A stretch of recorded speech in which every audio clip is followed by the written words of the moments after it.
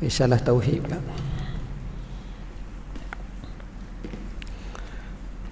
Muka surat apa?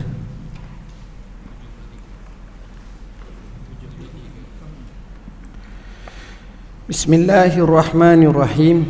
Percayakan kitab. Adalah maksud dengan kitab di sini ialah hukum-hukum, ajaran-ajaran, nasihat-nasihat, kisah-kisah dan lain-lain yang mengandungi berbagai hikmah yang diturunkan oleh Allah Subhanahu wa taala kepada rasul-rasulnya. Kemudian kitab-kitab itu ada yang kecil sebagai pekeliling. Jika satu dinamakan sahifah, kalau banyak dinamakan suhuf. Setengah kaul atau pendapat ulama mengatakan ada 100 suhuf, manakala setengah yang lain mengatakan 110 suhuf, iaitu 10 diturunkan kepada Sayyiduna Adam alaihissalam, Nabi Adam. Ini Nabi Adam, sebab ulama ada kata dia rasul ke tidak, ada kata dia nabi je, ada kata dia rasul. Ni khilaf panjang, bahas panjang kalangan ulama, tapi kita mengatakan dia ni nabi dan dia juga rasul. 50 diturunkan kepada Sayyidina Sis alaihi salam. 50 diturunkan kepada Sayyidina Sis. Sis ni anak akhir ataupun cucu kepada Nabi Adam. Ada kata anak akhir. 10 diturunkan kepada Nabi Allah Ibrahim alaihi salam. Nabi Ibrahim. Nabi Ibrahim ni adalah nenek atas kepada Nabi Muhammad SAW. 30 diturunkan kepada Sayyidina Idris alaihi salam. Sayyidina Idris pun antara Nabi yang awal yang dikatakan selepas daripada Adam. 10 diturunkan kepada Sayyidina Musa. Jadi kalau kita tengok sini, Nabi Musa dia ada dua lah. Suhuf ada, suhuf Ibrahim wa Musa, dan dia ada kitab Taurat. Di sisi kaul, pendapat yang muktamad tiada diketahui berapa banyak bilangannya. Andai kata wajib atas tiap-tiap mukallaf percayakan ada banyak suhuf, lembaran-lembaran yang diturunkan oleh Allah Ta'ala kepada Nabi-Nabi dan Rasul-Rasul dengan jalan ijmal secara rangkum, termasuklah 110 yang disebutkan itu. Jadi kita ni kalau hak macam tu, kita sekadar beriman je. Sekadar beriman. Sebab kitab yang terpelihara hanya satu, namanya kitab Al-Quran. Inna nahnu nazzalna zikra wa inna lahu lahafizun. Itu sahaja. Yang lain boleh jadi berlaku pindaan, sebagaimana Allah sebut yuharrifunal kalima am mawadhi'i. Mereka mengubah, mereka meminda. Bila ini diceritakan dalam Sahih Bukhari, bila satu-satu hukum tidak mengikut selera mereka, mereka ubah, mereka pinda, mereka ubah, mereka pinda. Adapun kitab yang besar kekal disebut kitab juga, maka wajib atas tiap-tiap mukallaf mengetahui dan percayakan dengan tafsir satu persatu, iaitu 4 kitab. Tafsir ni maknanya yakin, tapi bukan suruh ngaji satu-satu kitab-kitab mereka. Kadang-kadang kita pun tak tahu hak mana sahih, hak mana sebenarnya. Kita sekadar beriman. Ini berdasarkan kepada, kalau siapa pergi tengok Injil ni, kalau dulu pun pecah pada 4 dah.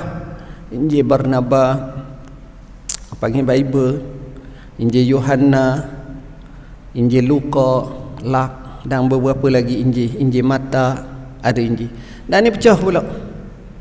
Dan kita tengok sejarah mereka karang tu bila. Macam semalam kita dengar Hagia Sophia.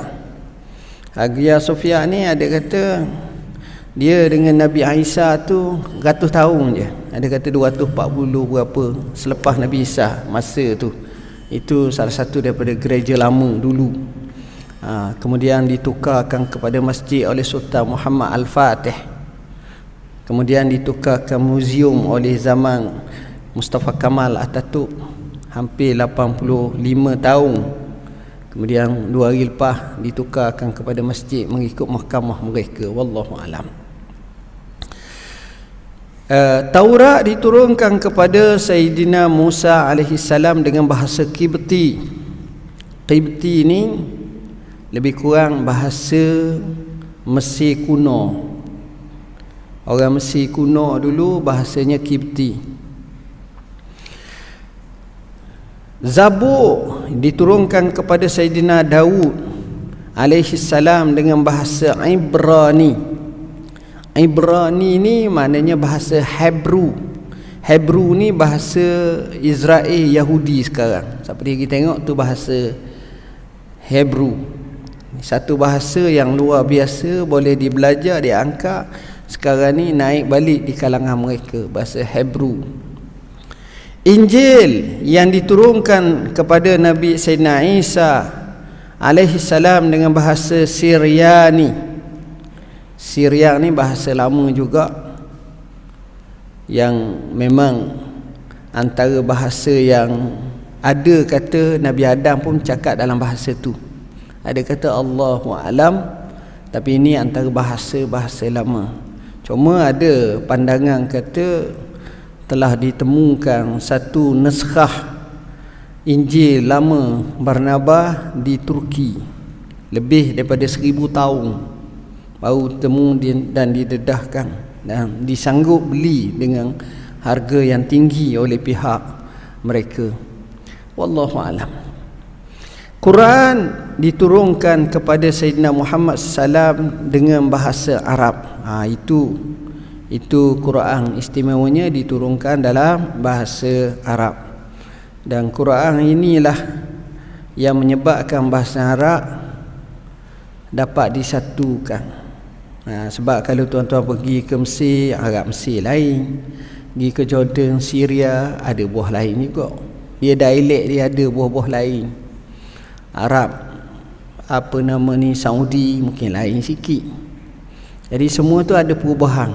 Pertama dengan sebab masa lama dan seumpamanya budaya berubah, tapi Quran menyatukan mereka. Tetap ada asalah, ada kita kata keasliannya. Peringatan kitab Zabur sekalipun besar tetapi tiada mengandungi hukum-hukum, hanya perkhabaran, cerita-cerita,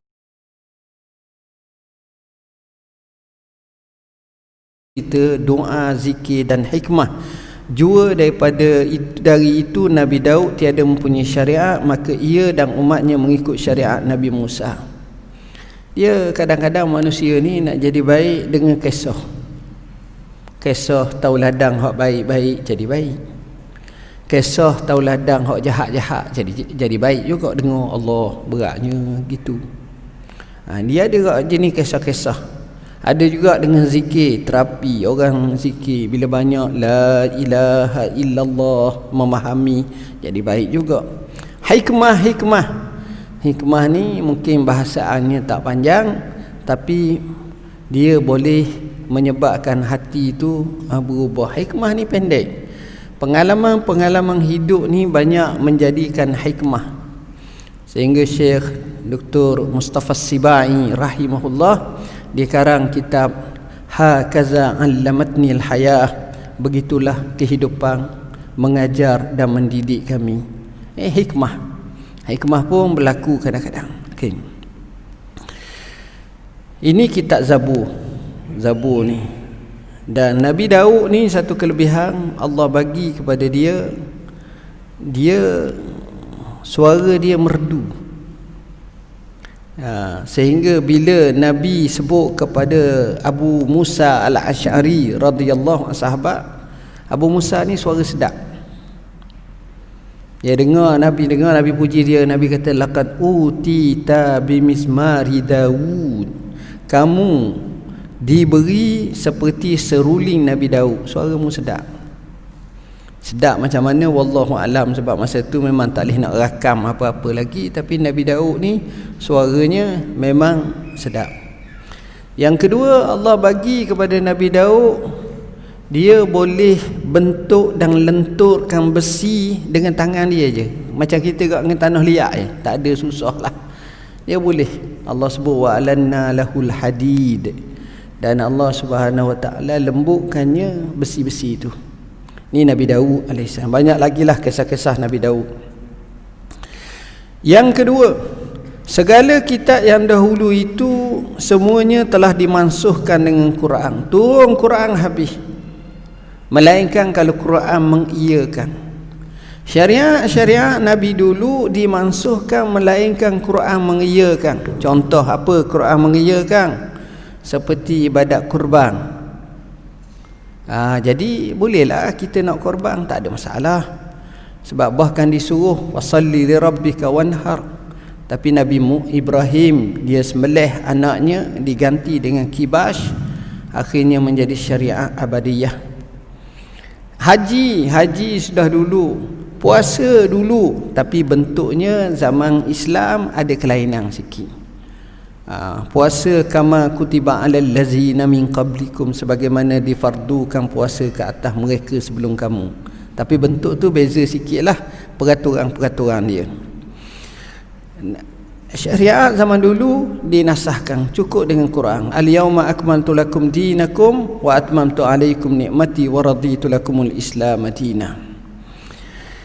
Kitab itu kalam Allah yang tiada berhuruf dan bersuara, diturunkan dari Lauh Mahfuz kepada suatu tempat bernama Baitul Izzah. Kemudian dari situ dibawa Jibril sedikit demi sedikit kepada Nabi dan Rasul-Rasul menurut keadaan masa. Ini kitab asalnya daripada Allah diturunkan. Ada secara sekaligus, ada secara munajjam. Munajjam ni maknanya berperingkat-peringkat. Macam Quran kita diturunkan selama 23 tahun. Ada sebut 22 tahun, 22 tahun, 2 bulan, 23 hari. Ada juga kata macam tu.